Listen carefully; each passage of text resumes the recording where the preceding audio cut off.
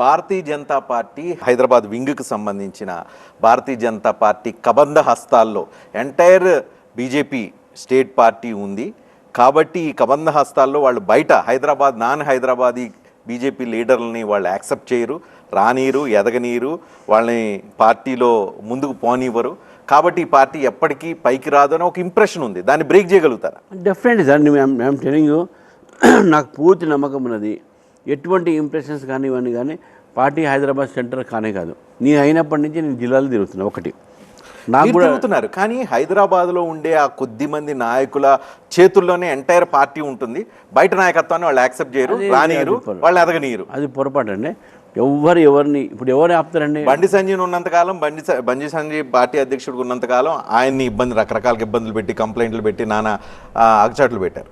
తర్వాత Etela Rajendra BJP president కోటాలోకి ఆ రేసులోకి వెళ్ళారు అనగానే ఈటెల రాజేంద్ర మీద రకరకాల ప్రయత్నాలన్నీ జరిగినాయి, అది కాలేదు. సో ఇంత క్రైసిస్లో మీరు పార్టీ అధ్యక్షులయ్యారు. మీరు పార్టీ అధ్యక్షులైనప్పుడు మళ్ళీ అగైన్ హైదరాబాదు బీజేపీ నాయకుల చేతుల్లో భారతీయ జనతా పార్టీ ఎట్లయినా ఉండిపోయింది అనే ఒక ఫీలింగ్ ఒక సెక్షన్ ఆఫ్ భారతీయ జనతా పార్టీలో నేను ఫీలింగ్ ఉండవచ్చు, బయట ఎక్కడైనా ఉండొచ్చు, కానీ అటువంటిది ఏం లేదు. Party is very free. మేము డెఫినెట్గా పార్టీలో ఎవరిని మేము సప్రెస్ చేయము. మీ పార్టీలో ఎంపీలు ఎమ్మెల్యేలు కలిసి ఉండరు. ఒకవేళ కలిస్తే గ్రూపులు వారికి కలుస్తారు. రేపు ఒకవేళ అందరిని కలపాలి అనుకుంటే అందరికి వ్యక్తిగతమైన పనులు చాలా వస్తూ ఉంటాయి.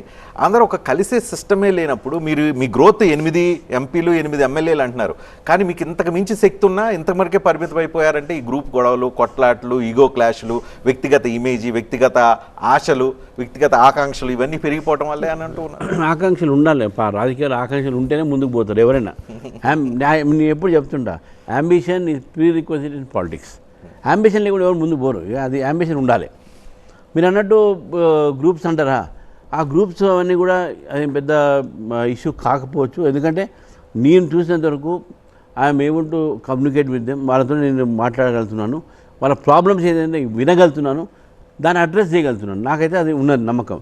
అయితే నేను ఎందుకంటే ఇప్పుడు పార్టీ పెరిగింది కాబట్టి కాంపిటీషన్ కూడా పెరుగుతుంది. కాంపిటీషన్ పెరిగినప్పుడు డెఫినెట్గా కొన్ని హడిల్స్ వస్తాయి. బయట అదన్నీ హడిల్స్లో అది మనం సెటిల్ చేసుకోవచ్చు. అది పెద్ద అంటే సీరియస్ అబ్స్ట్రక్షన్స్ కావనిది.